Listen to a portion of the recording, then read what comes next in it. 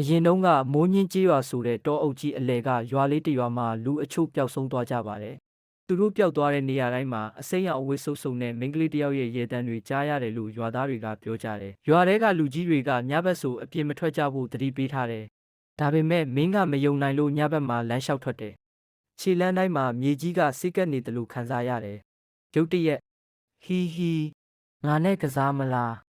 အတန်တစ်ခုကမင်းသားထဲမှာတိုးတိုးလေးပြောလိုက်တယ်။လှည့်ကြည့်တဲ့အခါအစိမ်းရောင်အဝတ်ဆုပ်ဆုပ်နဲ့မျက်လုံးတွေကအနက်ရောင်အပိုင်းကြီးဖြစ်နေတဲ့မိန်းကလေးတစ်ယောက်မင်းနောက်မှာရက်နေတယ်။သူမရဲ့လက်ညှိုးတံကမင်းစီကိုညွှန်ပြနေတယ်။လာပါငါအိမ်မှာအရန်အေးတယ်။သူမရဲ့အိမ်ဆိုတာရွာနာကဂူအိုးတွေနဲ့ဖုံးနေတဲ့တင်ကြိုင်မှာမင်းကထွက်ပြေးဖို့ကြိုးစားတယ်။ဒါပေမဲ့ခြေထောက်တွေကလှုပ်မရဘူး။သူမကမင်းနောက်ကနေဖြည်းဖြည်းချင်းချင့်ကပ်လာတယ်။မင်းလဲငါလိုပဲအစိမ့်သေးသွားမယ်။နောက်ဆုံးမှာ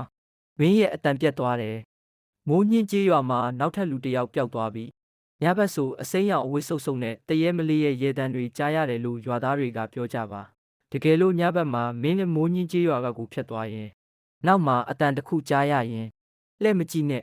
ကျေးဇူးတင်ပါတယ်ခဗျာ။